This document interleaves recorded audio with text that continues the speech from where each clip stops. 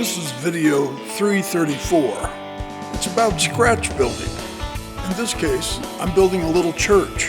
I found this church online and it's in Cornwall. I found it very interesting. I actually go into quite a bit of detail about it in another video, an earlier video. But I wanted to tell you that I have started the St. Breock Church project. It's been several months since I first mentioned it. Oh, by the way, either somewhere in the middle of this project, if I run out of material, get stalled, or for some other reason, or when this one is finished, I plan to build a signal box from scratch. That should be fun. I want it to be near the new control station when it's completed. The new control station replaced the old one when I added the new crossover.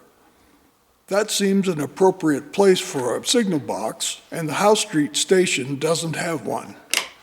I always intended to put one there, so this seems a good time. As you can see, I've made some progress on the church. This will be the framework of the building.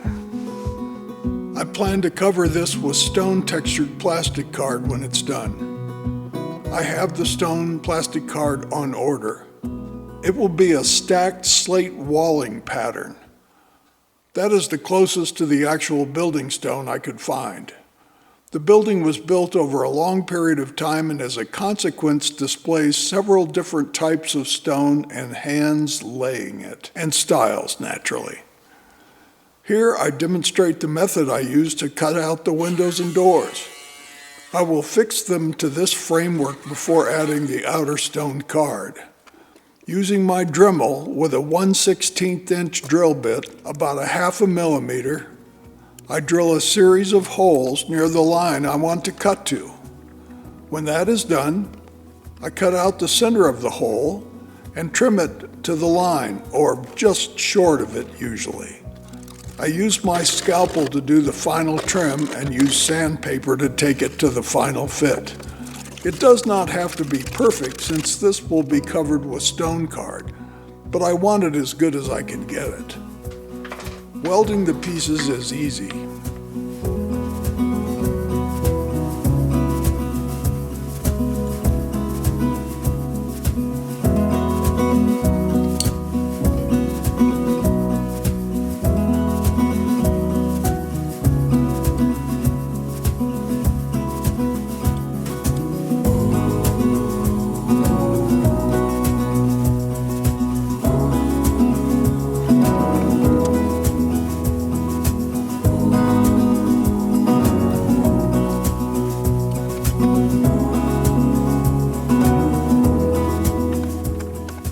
Keeping the model square and true is extremely important. I have learned that over the years. These machinist squares are handy, and I check everything more than once. I also use the larger one to cut the sheets of plastic, or to verify that the cut I am making is square. The windows mainly come from York Model Rail. They have a great selection of bits for the scratch builder in multiple scales. They also have some excellent models. The Farmore footbridge came from them some years ago. I have no arrangements with this company. I simply like them. This is the wall before the openings were cut out. These are photos of the real windows on the actual building.